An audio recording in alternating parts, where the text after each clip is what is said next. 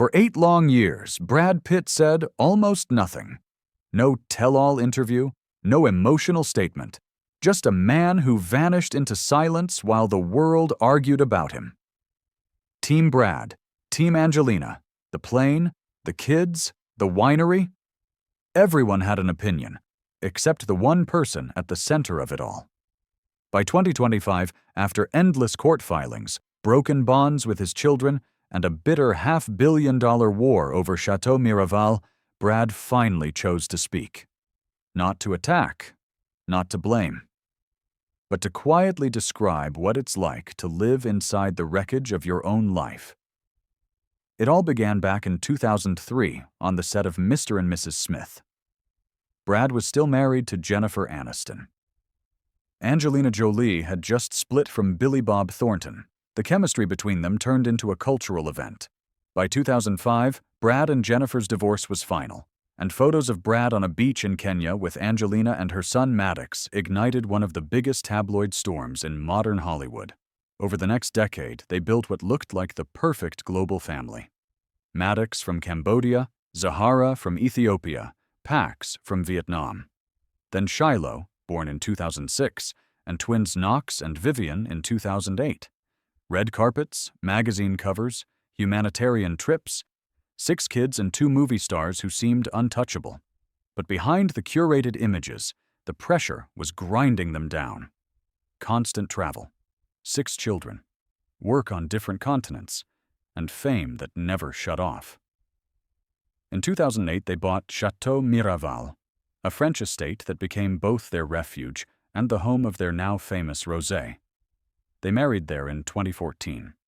2 years later, it all detonated.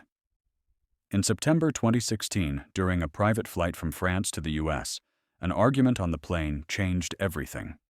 Angelina later alleged Brad had been drinking and that the fight escalated, with their son Maddox stepping in and being grabbed in the chaos.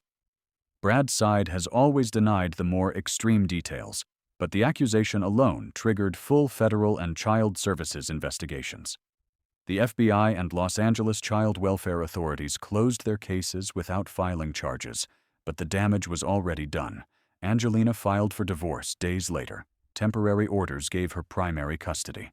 Brad saw the kids only under supervision as lawyers, therapists, and evaluators flooded into their lives. Over the years that followed, the deepest cuts came from the children themselves. Maddox pulled away first. Puzzling court reports and leaks suggested he no longer considered Brad his father. Pax vented online, calling him a terrible person. In 2024, Shiloh legally dropped Pitt and became Shiloh Jolie. Vivian did the same professionally. Knox stayed out of sight. Brad didn't publicly dispute any of it. All the while, Miraval turned from wedding backdrop to legal battlefield. Angelina sold her stake to a company linked to Russian billionaire Yuri Shefler. Brad sued, claiming they had an agreement not to sell without mutual consent. She fired back, saying he tried to force her into a gag order NDA. What was once their sanctuary became Exhibit A in an international corporate brawl. Then, in May 2025, Brad finally sat down for a real interview. He didn't unload. He didn't dissect every allegation. He simply said the divorce had been finalized, that he'd been sober since 2016, and that he'd chosen silence because anything I said would have poured gasoline on a fire. About his children, he was painfully simple. I'm here if they ever need their father. No speeches, no counterattacks, just resignation and a hope he didn't bother to dress up. Today, Brad still works, still produces award-winning films, and is quietly engaged to jewelry designer Ines de Ramon. He spends most of his time away from Hollywood noise, sculpting and gardening in Santa Barbara. Angelina builds a new creative life with her children by her side.